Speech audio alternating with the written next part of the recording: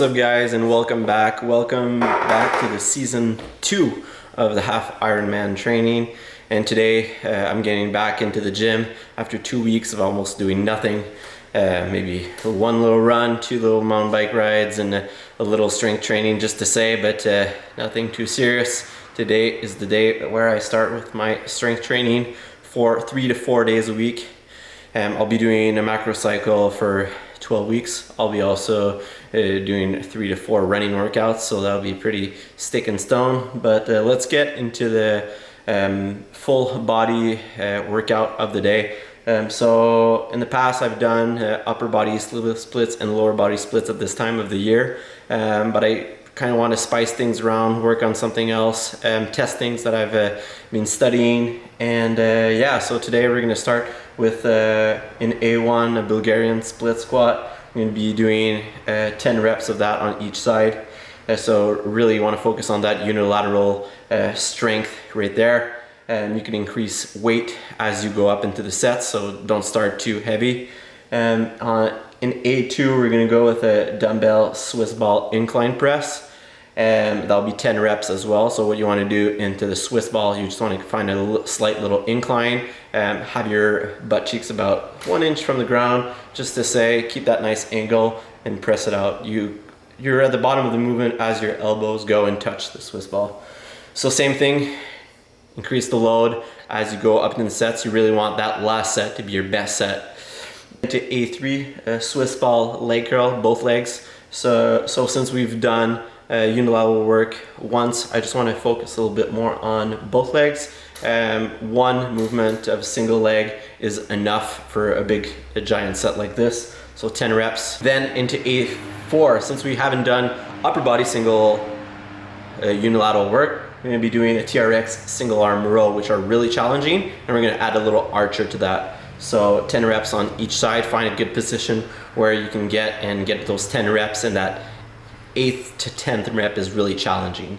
We're going to be repeating that 4 times, and that'll be pretty much the main set of this workout, of this training day. The goal here is really to maximize on the load across the sets and really finish on the best possible set until that last one.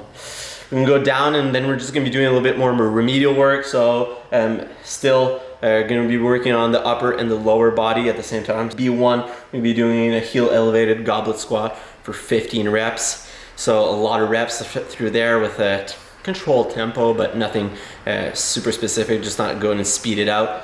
Same thing as everything else, try to increase load on each set, not start heavy and finish light. You really want to go the other way around. So start with something you're really comfortable with, and then increase the load across those sets. And we're going to go B2 with the seated Zotman curl for 12 reps. What I really love about the Zotman curls is you're really working every angle of the bicep, and also you're really focusing on that forearm strength with your wrist. So it's really great as a first workout back into training to get in, just because you don't need to load as much. On that set, I was doing the same weight through the whole sets. Then we're going to go for a stagger stance in good morning. So single leg good morning with that other feet on the ground, which is a little bit more stable than if you're just doing a single leg deadlift or a single leg good morning. So 10 reps on each side, it's sufficient.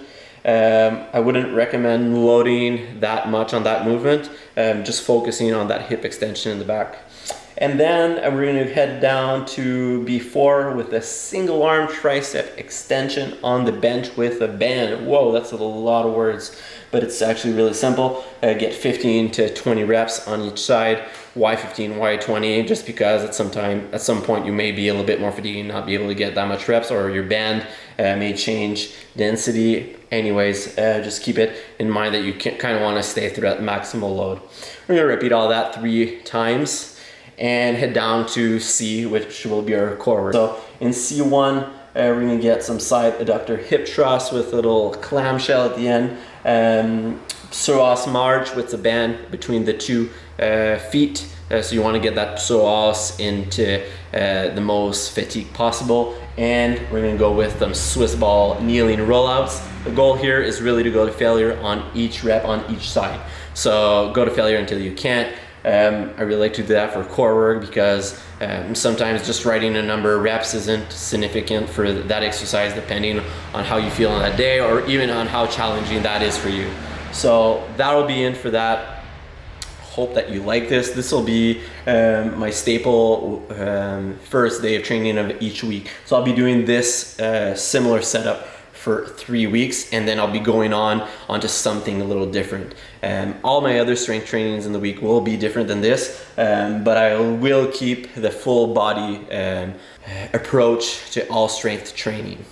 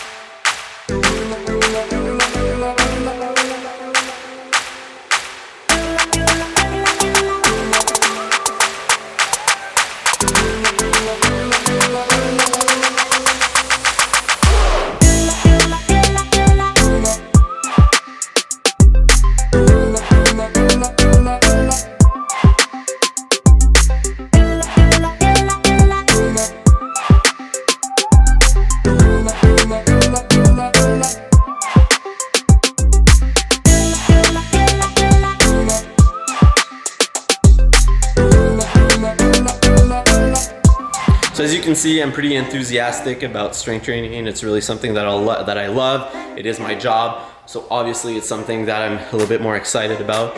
And that being said, it's not something that is super popular with triathlon or triathlon athletes. So that's maybe why you don't see as much of it. And anyways, in the format that I'm presenting it today.